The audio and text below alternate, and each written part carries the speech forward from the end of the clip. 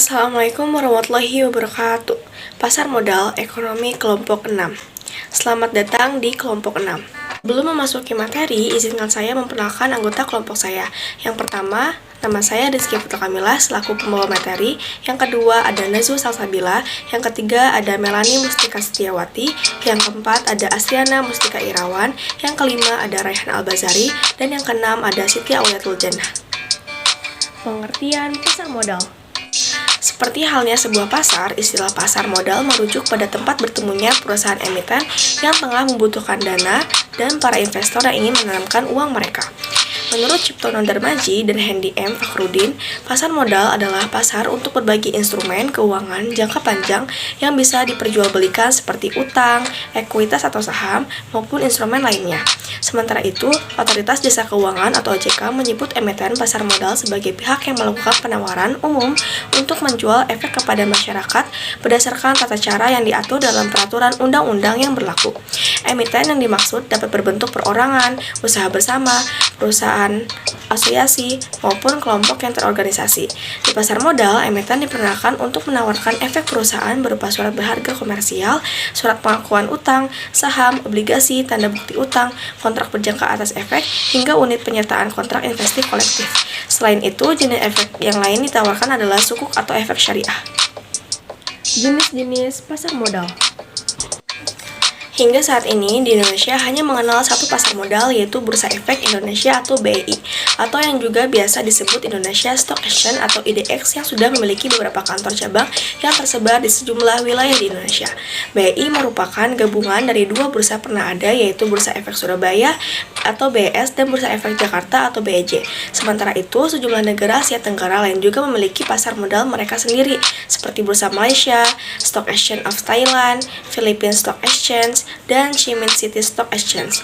Bila dilihat dari skala global, saat ini bursa efek tersebar di dunia terletak di Amerika Serikat, yakni Bursa Efek New York. Selain itu, ada juga bursa-bursa berskala besar lainnya, seperti Nasdaq Stock Exchange, Japan Stock Exchange Group, dan London Stock Exchange. Berdasarkan transaksinya, pasar modal dibagi menjadi dua, yakni pasar modal perdana dan pasar modal sekunder.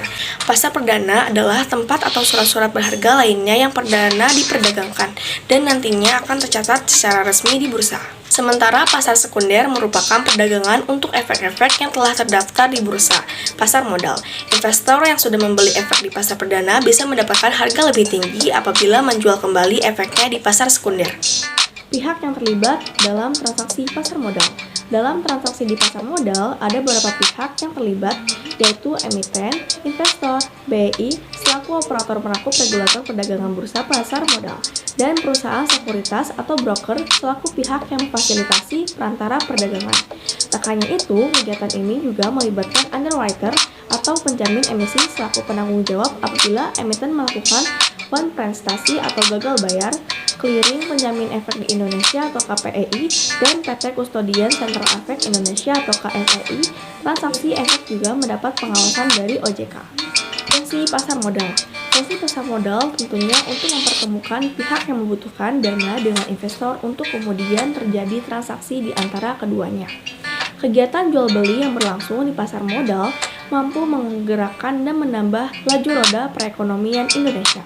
Dana-dana yang terkumpul dari para investor nantinya akan digunakan untuk bermacam-macam keperluan perusahaan, tergantung prioritas seperti pengembangan usaha, penambahan tenaga kerja, penambahan mesin produksi, pembayaran utang, dan sebagainya. Sementara untuk para investor, investasi dimaksudkan sebagai sumber penghasilan tambahan, dan lain sebagainya. Selain hal-hal di atas, pasar modal juga berfungsi sebagai satu, pemerataan pendapatan. Pasar modal dikatakan sebagai sarana pemerataan pendapatan. Pasalnya, dalam jangka waktu tertentu, saham-saham yang sudah dibeli akan membagikan dividen kepada para investornya.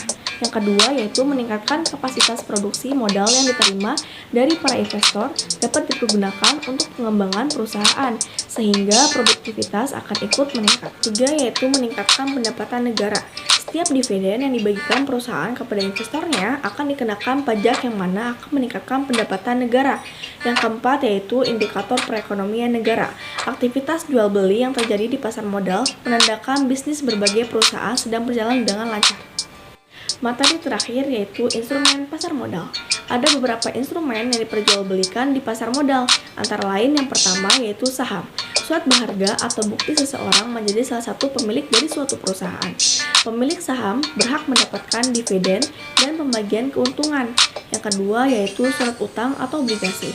Pemilik surat utang punya hak untuk memperoleh bunga dan pelunasan utang pada jangka waktu yang telah ditentukan. Yang ketiga yaitu reksadana. Reksadana dikenal sebagai wadah untuk pengumpulan serta pengelolaan dana beberapa investor. Dana ini nantinya akan dikelola oleh seorang manajer investasi. Yang keempat yaitu derivatif. Derivatif merupakan surat berharga bentuk turunan dari saham. Ada dua jenis derivatif yang bisa ditemukan di Indonesia, yaitu right dan warrant. Cukup sekian dari saya, kurang lebihnya mohon maaf. Wassalamualaikum warahmatullahi wabarakatuh.